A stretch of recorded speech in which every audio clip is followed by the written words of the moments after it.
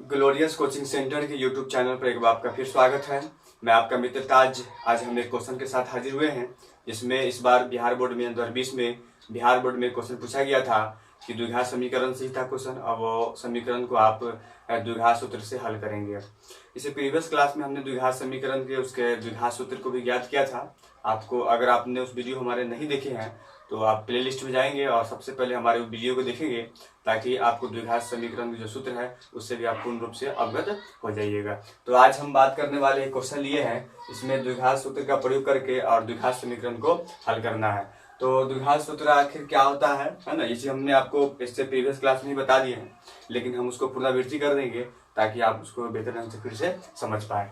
तो द्विघात सूत्र जो होता है वो x बराबर -b plus minus under b square minus 4ac और अपॉन में 2a, इसी को हम द्विघात सूत्र कहते हैं। क्या कहते हैं? द्विघात सूत्र। x बराबर -b plus minus root under b square minus 4ac upon में 2a, इसी को हम द्विघात सूत्र कहते हैं। अब इसी द्विघात सूत्र का प्रयोग करके इस क्वेश्चन को हमको हल करना है। तो आप देखिएगा, द्विघात सूत्र का जो व्यापक रूप होता है उसको लिखेंगे, क्योंकि उसी सूत्र से व्यापक रूप से हम दिए गए क्वेश्चन को क्या करेंगे? कंपेयर करेंगे, तुलना करेंगे। तो द्विघात समीकरण का जो व्यापक रूप है वो है ax स्क्वायर प्लस में bx प्लस में c बराबर में 0। अब इस इक्वेशन को इसे कंपेयर करेंगे और a, b और c का क्या करेंगे? वैल्यू निकालेंगे, क्योंकि यहाँ पर हमको a, b, c सभी का वैल्यू चाहिए, तब तुम द्विघात सूत्र का प्रयोग करके उसके समीकरण के हल निकाल सकते हैं। तो a बराबर कितना हो जाएगा? यहाँ से देखिए, तो a बराबर 3, b बराबर -4 और c बराबर कितना हो जाएगा? c बराबर -1 हो जाएगा। अब इतना तक आपको समझ में आ गया होगा। हमने कुछ नहीं किया, दिए गए क्वेश्चन को उसके व्यापक रूप से कंपेयर किए और a, b, c का वैल्यू निकाल लिया। अब द्विघात सूत्र का प्रयोग करेंगे। यहाँ पर द्विघात सूत्र, द्विघात सूत्र है, इसको लिखेंगे x बराबर -b plus minus root under b square minus में 4ac और अपॉन में क्या है? 2a है। अब देखिए, हम वैल्यू यहाँ पुट करेंगे, तो x बराबर -b है, या माइनस का सिंबल हम देते हैं, और b का वैल्यू, अब देखिए b का वैल्यू क्या है?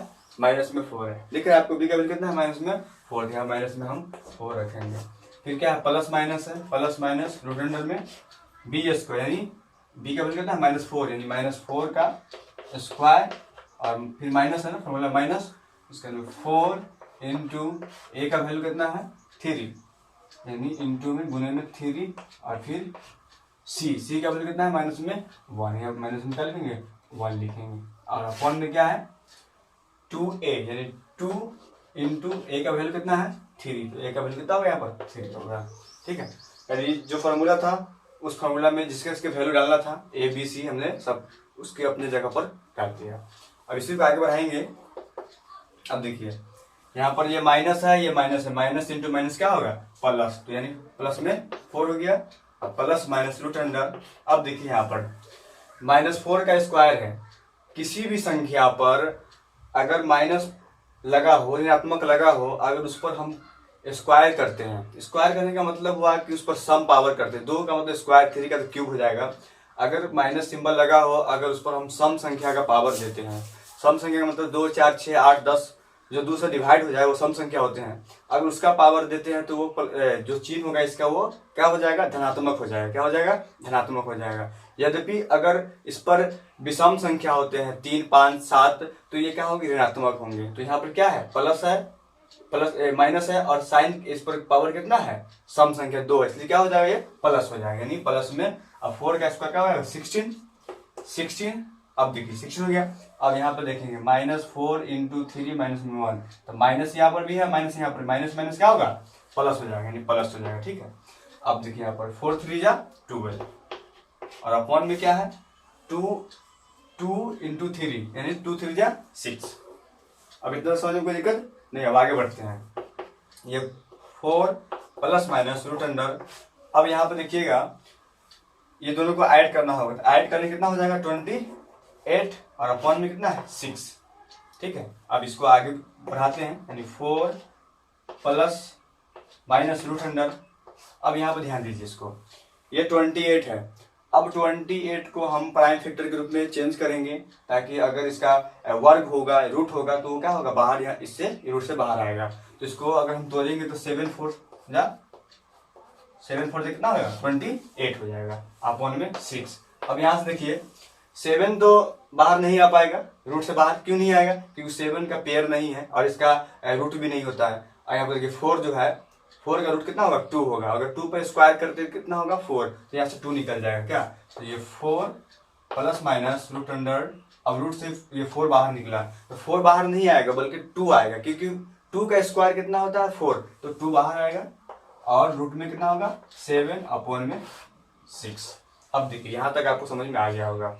अब एक चीज यहाँ पे देखिए ये 4 प्लस माइनस 2√7 अपॉन में 6 है, तो इसको हम दो भाग में लेंगे। दो भाग में क्यों लेंगे, क्योंकि एक मतलब प्लस का साइन एक मतलब माइनस का साइन है, तो हम इसमें इसके दो शून्य होंगे क्योंकि द्विघात समीकरण है, तो एक प्लस के साइन में लेके साथ करेंगे और एक माइनस के साइन में लेके इसके हम हल निकालेंगे। तो यहाँ पर देखिएगा जब हम प्लस का साइन लेंगे प्लस के साइन के साथ, तो ये 4 प्लस 2 रूट में यहाँ पर 2 है 2√7 अपॉन में 6।